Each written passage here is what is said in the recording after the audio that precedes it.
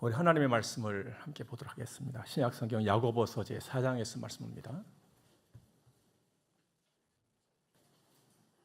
야고보 4장 13절에서 17절까지 우리 말씀 보겠습니다. 들으라, 너희 중에 말하기를 오늘이나 내일이나 우리가 어떤 도시에 가서 거기서 1년을 머물며 장사하여 이익을 보리라 하는 자들아, 내일 일을 너희가 알지 못하는도다. 너희 생명이 무엇이냐? 너희는 잠깐 보이다가 없어지는 안개니라. 너희가 도리어 말하기를 주의 뜻이면 우리가 살기도 하고 이것이나 저것을 하리라 할 것이거늘 이제도 너희가 허탄한 자랑을 하니 그러한 자랑은 다 악한 것이라. 그러므로 사람이 선을 행할 줄 알고도 행하지 아니하면 죄니라. 아멘. 샤론의 꽃을 노래하면 예수님이 생각이 나듯이 5월이 오면 생각이 나는 꽃이 있습니다. 빨간색 카네이션. 그리고 5월이 오면 유난히 빛나는 이름이 있습니다. 어머니, 그리고 아버지. 작가 최인호 씨는 그의 책 어머니는 죽지 않는다에서 이렇게 어머니를 불렀습니다. 언제나 가슴으로 부르는 그 이름, 어머니라고요.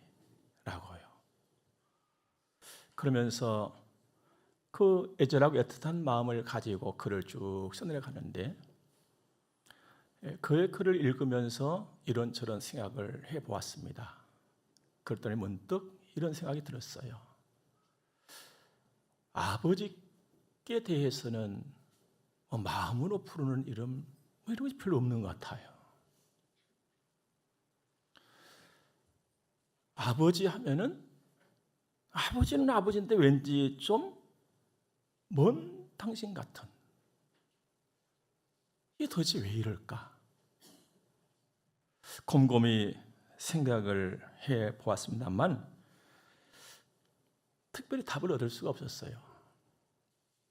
그래서 제 책장을 왔다 갔다 하다가 눈에 띄는 책 한 권을 꺼내서 읽어보았습니다.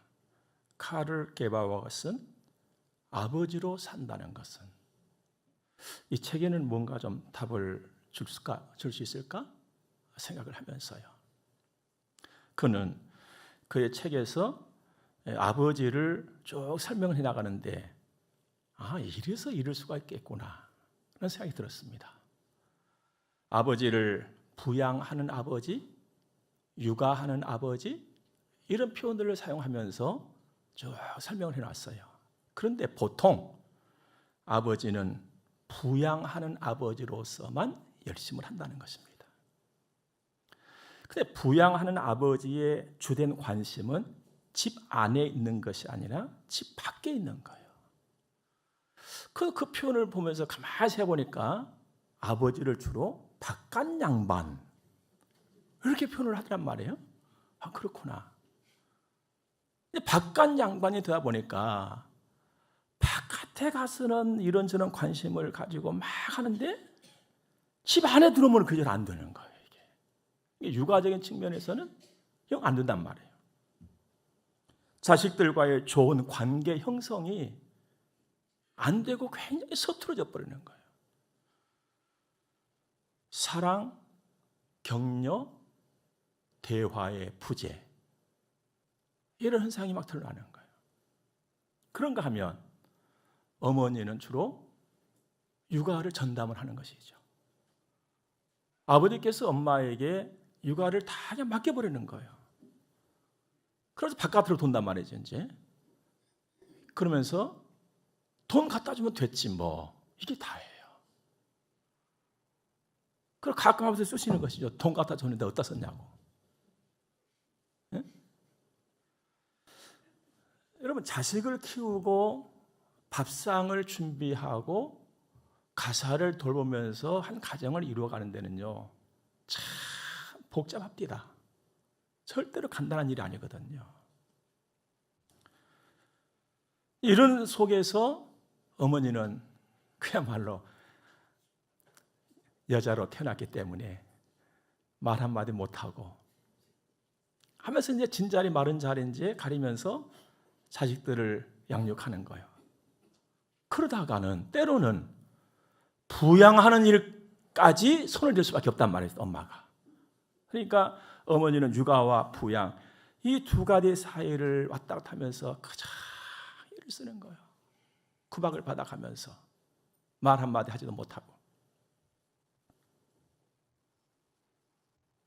그러다 보니 그런 환경 속에서 성장한 자식들에게 어머니에 대한 감정은 좀 다르지 않겠는가, 이런 느낌을 그 책을 보면서 제가 생각을 하게 됐습니다. 그러면서 요즘은 많이 달라졌고 또 많이 달라져 가고 있습니다만 그래도 아버지들이 좀 잘해야겠다, 좀 더 다듬어져야 되겠고 좀 더 바꾸어져야 되겠구나 하는 생각도 해보게 됐습니다. 그래서 가슴으로 부르는 그 이름 어머니, 여기서 끝나는 것이 아니라 가슴으로 부르는 그 이름 아버지, 여기까지 와야 되지 않아요?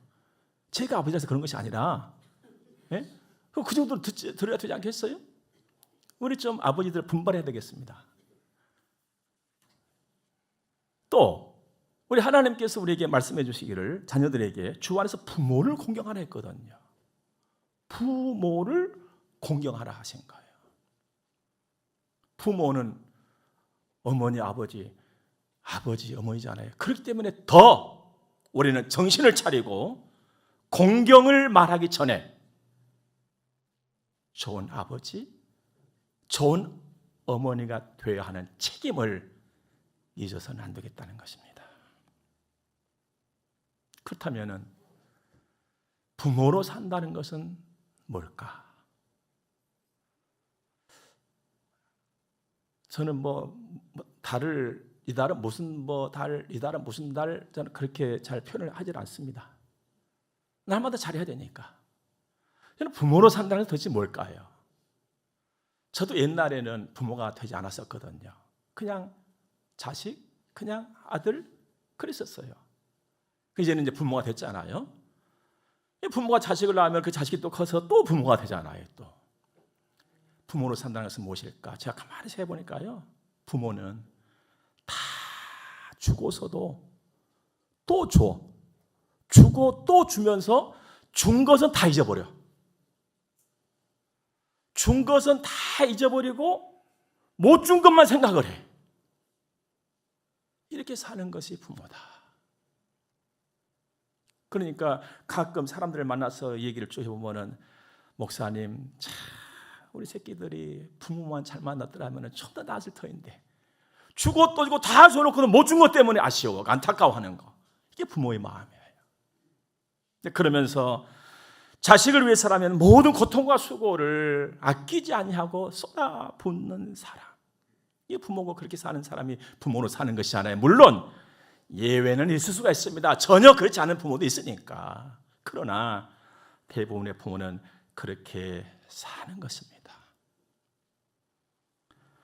제가 국민학교를 다니고 점점 칠에 들면서는 공개적으로 울었던 날이 있어요. 한 날은 어머니 날, 또 하나는 학교 졸업식 날. 그때는 공개적으로 막 울었어요.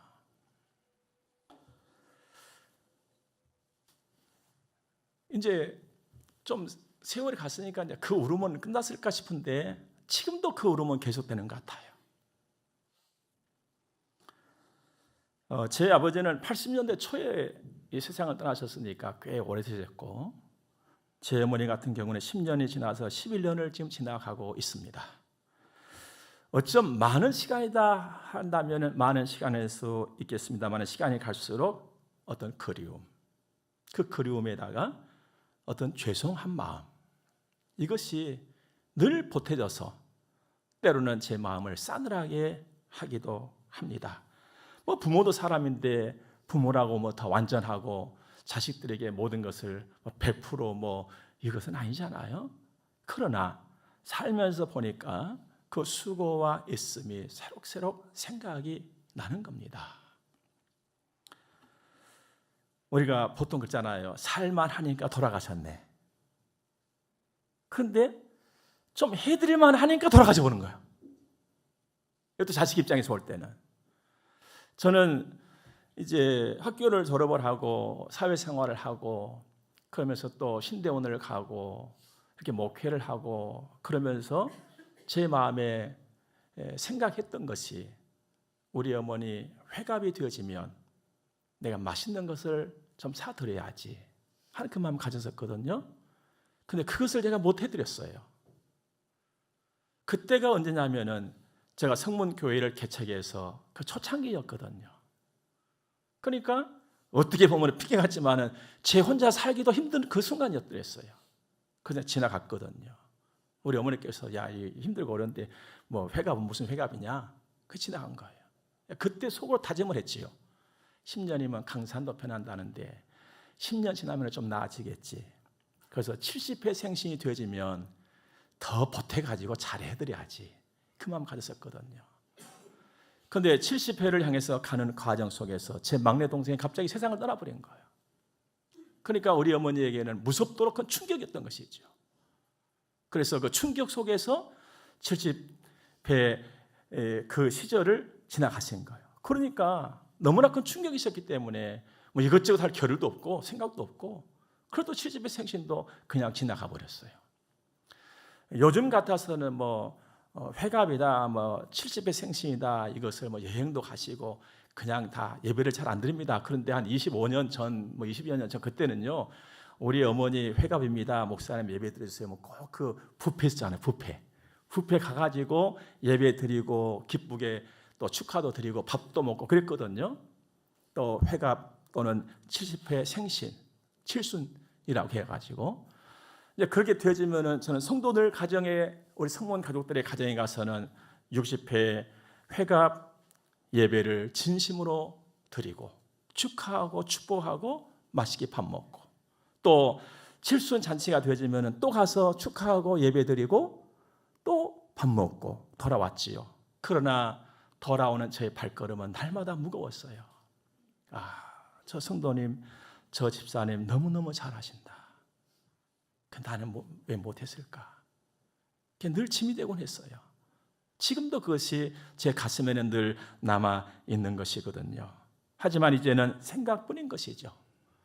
다 하나님의 부름을 받으셨으니까 마음뿐인 것이고 다만 하나의 위로가 있다면 그래도 우리의 주인, 우리가 못한 모든 것들을 아낌없이 다 누릴 수 있는 그곳 천국 예수 그리스도 안에서 하나님의 나라에 가 계시니까 이것이 한편의 위로가 되고 또 한편으로는 그러는 걸 통해서 또 지혜를 얻게 되고 또 소망 중에 오늘을 맞이하고 또 오늘을 맞이하면서 오늘 여기까지 오게 된 것입니다. 사랑하는 여러분, 우리가 약하고 참 부족할지라도 오늘 지금을 귀히 여기시고 오늘 지금 열심으로 살아갈 수 있기를 바랍니다. 지금이 내 것이거든요. 오늘이 중요한 것이거든요. 오늘 13절 14절 말씀 보세요. 들으라 너희 중에 말하기를 오늘이나 내일이나 우리가 어떤 도시에 가서 거기서 1년을 머물며 장사하여 이익을 보리라 하는 자들아 내일 일을 너희가 알지 못하는도다. 너희 생명이 무엇이냐 너희는 잠깐 보이다가 없어지는 안개니라. 우리는요 내일 일을 하지 못해요. 그런데 내일 일을 아는 것처럼 살아갑니다. 내가 저 동네 가서 장사해서 1년만 지나면 많은 것 얻을 수 있겠지? 그때 되면 내가 뭔가를 한번 해봐야지. 내일이면 뭔가 될 것 같고 내일이면 내가 뭔가를 좀 더 잘할 것 같아. 그래서 내일에 집착하면서 사는 우리 그러다가 정작 중요한 오늘 그리고 지금을 다 놓쳐버린단 말입니다. 내일 하면 되지 뭐. 내일은 좀 나아질 거야. 그때 열심히 해야지. 하나님 뭐라 하십니까? 그러지 말아라. 내일 일을 너희는 알지 못해. 너의 생명이 뭐냐? 잠깐 보이다가 없어지는 안개와 같은 거야. 내일은 네가 이 자리에 없을 수도 있어. 주님 말씀에 지금 잘해라. 지금. 여러분 내일 하다가 훌쩍 지나가 버리는 이 시간 속에서 어느 순간 딱 정신을 차리고 한번 돌아보지요. 그러면서 한다는 말이 있지 않습니까? 그때 그게 아니었는데. 후회하잖아요. 그때 그게 아니었는데. 그러면서 쌓여가는 후회, 보통 우리들의 우리 삶이 아니겠습니까? 말씀을 준비하면서 이런 글을 다시 한번 읽어보았어요. 할 일이 생각나거든 지금 하십시오. 오늘 하늘은 밝지만 내일은 구름이 일는지 모릅니다. 어제는 이미 당신의 것이 아니니 지금 하십시오. 친절한 말 한마디가 생각나거든 지금 말하십시오. 내일은 당신의 것이 안 될는지 모릅니다. 사랑하는 사람이 언제나 당신 곁에 있지는 않습니다. 사랑의 말이 있다면 지금 하십시오. 여러분, 하나님께로부터 우리가 받은 최고의 선물은 지금이에요. 오늘인 것입니다. 고린도후서 6장 말씀 보니까 보라 지금은 은혜 받을 만한 때요 지금은 구원의 날이로다 그랬습니다. 은혜는 좋은 선물이에요. 그러니까 얘들아, 지금 좋은 선물 받고 지금 좋은 선물 나누면서 살아라. 지금 행복하고 지금 그 행복을 나누어라. 지금 감사하고 지금 즐거워하고 지금 기뻐하고 그것을 나누면서 살아가라. 지금 해라. 지금. 여러분, 행복을 누릴 때가 지금이에요. 헌신하고 충성할 때가 지금인 것입니다. 내일이 아니에요. 내일 일은 내일 가봐야 아는 거예요. 봄 산천이 점점점 진해지고 점점점 풍성해지는 것을 봅니다. 얼마 전까지만 하더라도요, 뒷산에 가면은 여기서 저기가 다 보였어요. 휑했어요. 근데 이제는요, 요 앞도 보이질 않아요. 이파리가 꽉 찼거든요. 여러분, 우리의 믿음이 좀 되게 꽉 차지고, 우리의 지혜가 또 은혜가 이렇게 꽉꽉 좀 차지고, 색깔이 점점 진해지는 것처럼 예수 색깔이 점점 더 칠해지는 그런 은혜가 우리에게 이 시간 꼭 있기를 바랍니다. 그래서 내 삶이 지금 아름다워지고 그 아름다운 삶을 지금 좀 나누는 거, 하나님 주신 말씀이잖아요. 사막의 오아시스는 발견한 사람의 것만이 아닌 거예요. 사막의 오아시스는 발견한 사람의 것만이 아니라 그곳을 지나가는 모든 사람의 것입니다. 나의 행복, 나의 즐거움, 나의 믿음, 또 내가 뭔가를 좀 소유했다면 나의 소유, 나만을 위한 것이 아니라 이 말입니다. 만일 나의 행복과 어떤 나의 좋음과 또 나의 믿음과 나의 소유, 이런 것들을 나만을 위해서 쓰고 산다면 이것은 사치가 될 뿐이고 그래서 방종이 될 뿐인 것입니다. 그래서 그 결국은 아무런 유익이 없는 것입니다. 헛된 것이죠. 5장 1절 말씀 보니까 들으라 부한 자들아 너희에게 이 말 고생으로 말미암아 울고 통곡해라.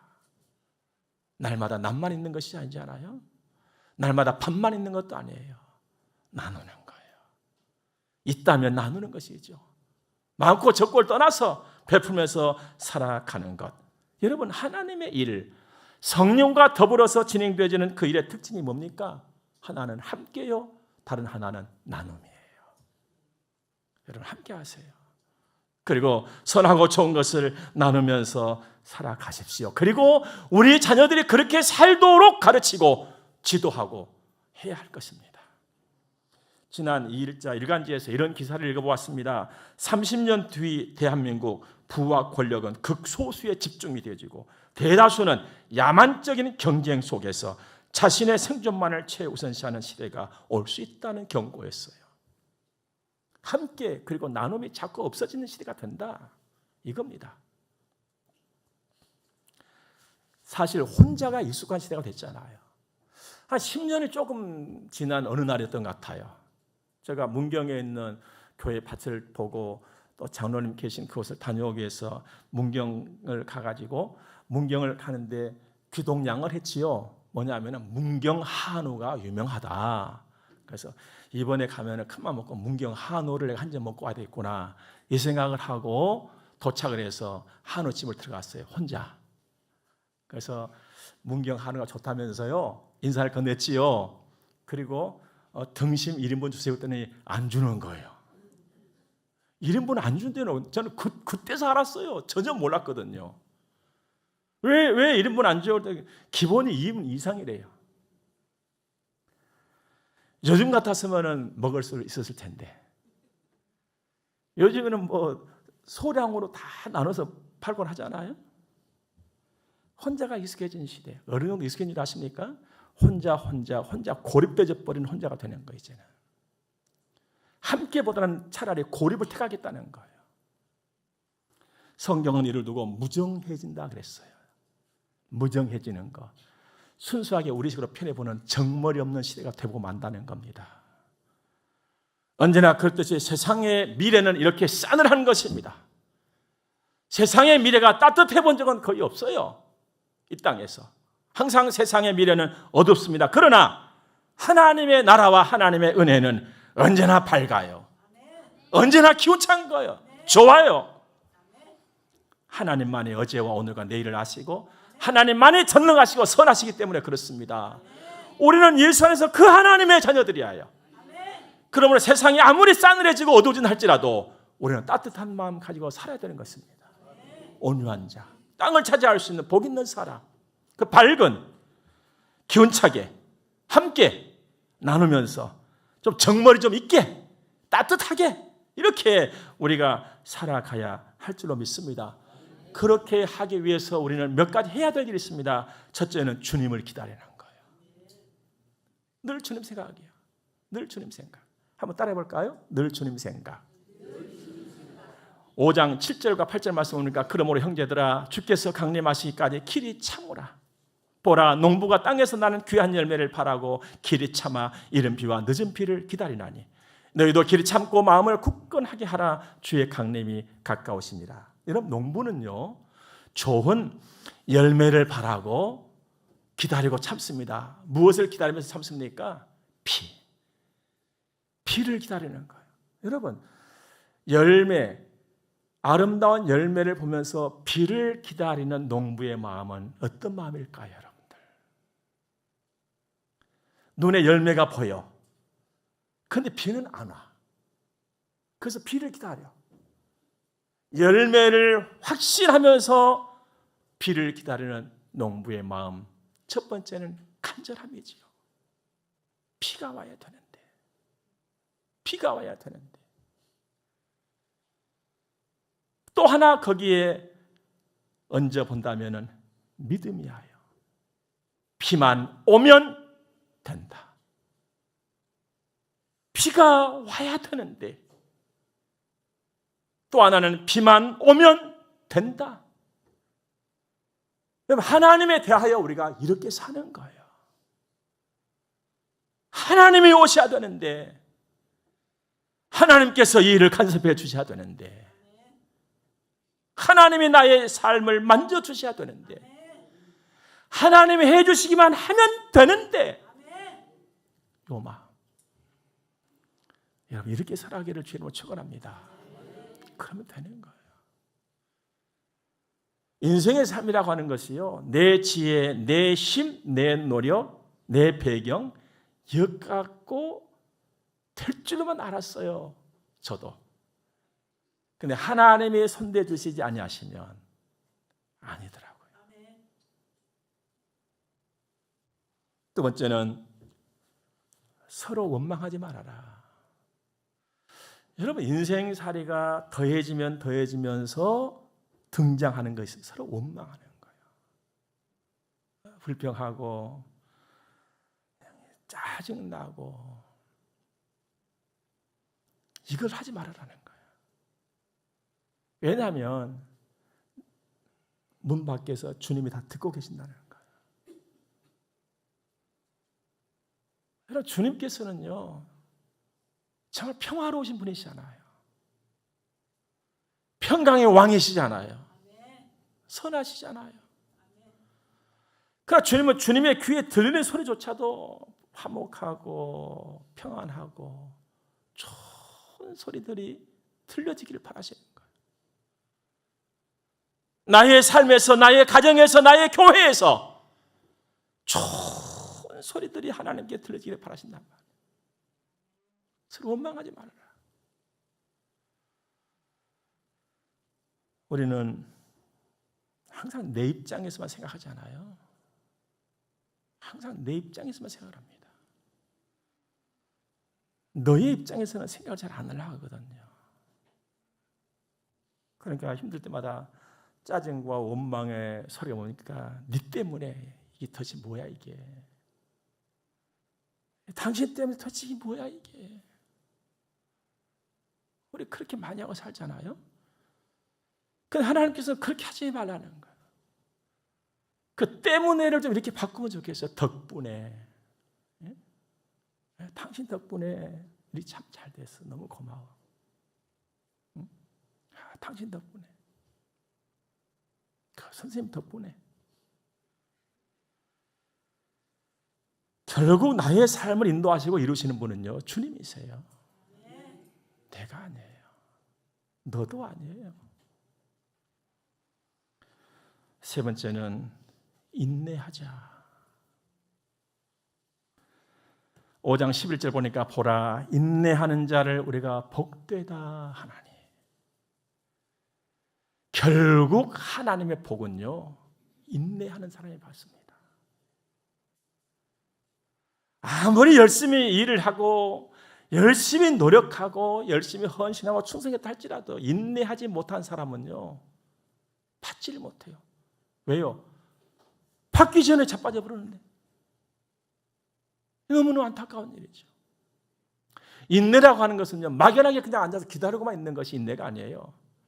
인내는요, 목적지를 향해서 상을 바라보고 믿음과 소망과 사랑으로 계속하는 거예요. 높은 산이 있다 할지라도, 위험한 강이 흐르고 있다 할지라도 쉬지 않고 가는 거예요. 상을 바라보고. 바울도 그랬잖아요. 위에서 부르신 부름의 상을 위해 나는 쫓아간다. 내가 차분줄로 얘기하지 않냐. 계속해서 그래서 마침내 최후 승리를 적시하는 것, 이것이 인내인 것입니다. 제가 어렸을 적에 국민학교 다니고 지금 초등학교입니다만은 많이 들었던 얘기였어요. 세상속담, 인내는 쓰다 그러나 그 열매는 달다. 그 사진 찍으면요, 나무 이파리 속에다가 딱 얼굴 집어넣어놓고 거기를 다 써놓은 거예요. 사진관에서 그렇게 해줘. 예? 욥이 그렇게 살았잖아요. 여러분, 욥이 당한 고통은요, 사람으로서는 상상할 수가 없어요. 어떻게 이럴 정도로 고통을 당할 수가 있는가.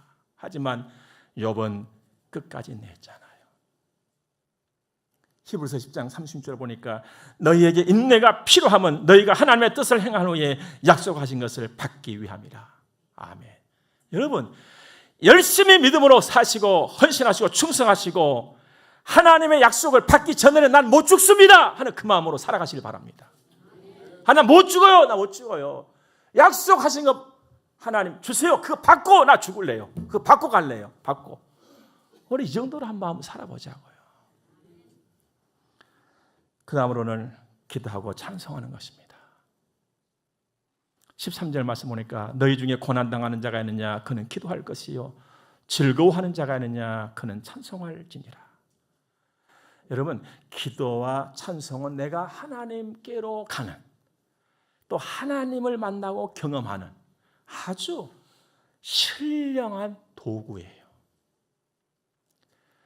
기도와 찬송이 계속 있을 때는요, 내 믿음이 계속 일어나게 돼 있어요. 충성과 순종과 겸손이 계속 일어나는 거예요. 기도와 찬송이 잘 굴러갈 적에. 그래서 가장 기운차게 사는 인생은요, 이 두 가지를 잘한 사람이에요.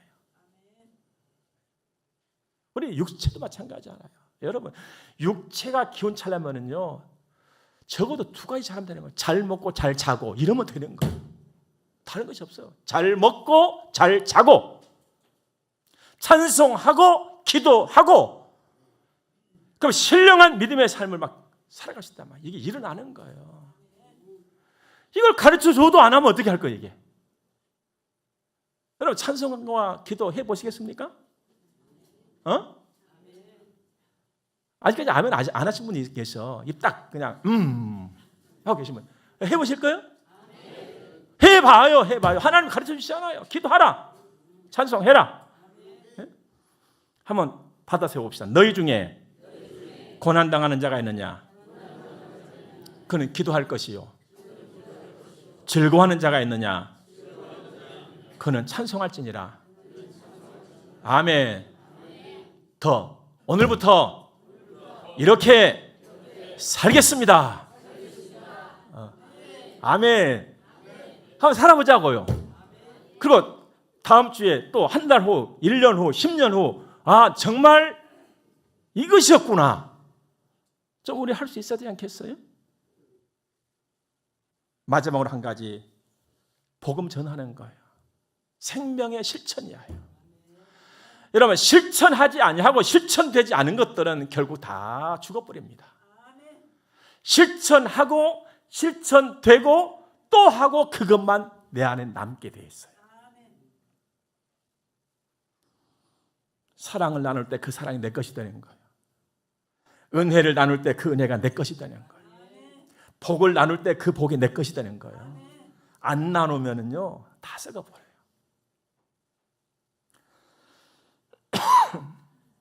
실천은 내 것 되게 하는 유일한 길입니다.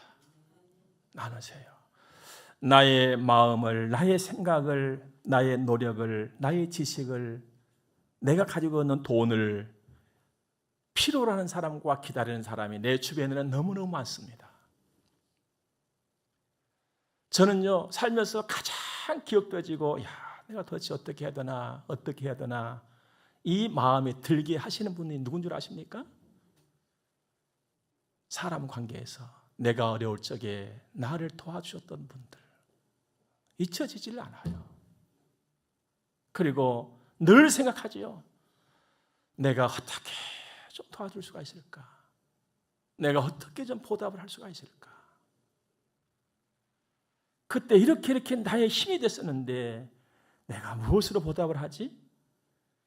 늘 그 생각이요, 늘 그 생각. 여러분, 나눈다는 것은요 나만 사는 것이 아니고 너와 나와 우리가 함께 사는 거예요. 근데 반대로 늘 가슴이 안타깝고 하신 분이 계세요. 저분 죽기 전에 이것만 좀 했으면 좋겠다, 죽기 전에 이것만 좀 했으면 좋겠다는 그 아쉬운 마음이 또 한편에 있어요. 여러분들,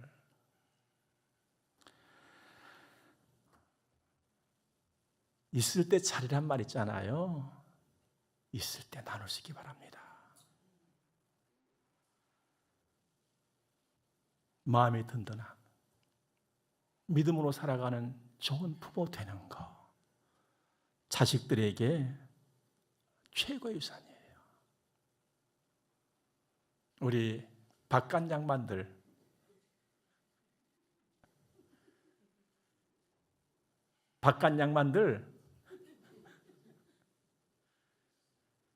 너무 바깥 양반으로만 사지 마시기 바랍니다. 자녀들과 좋은 관계, 격려해주고 사랑해주고 배려해주고 대화하고.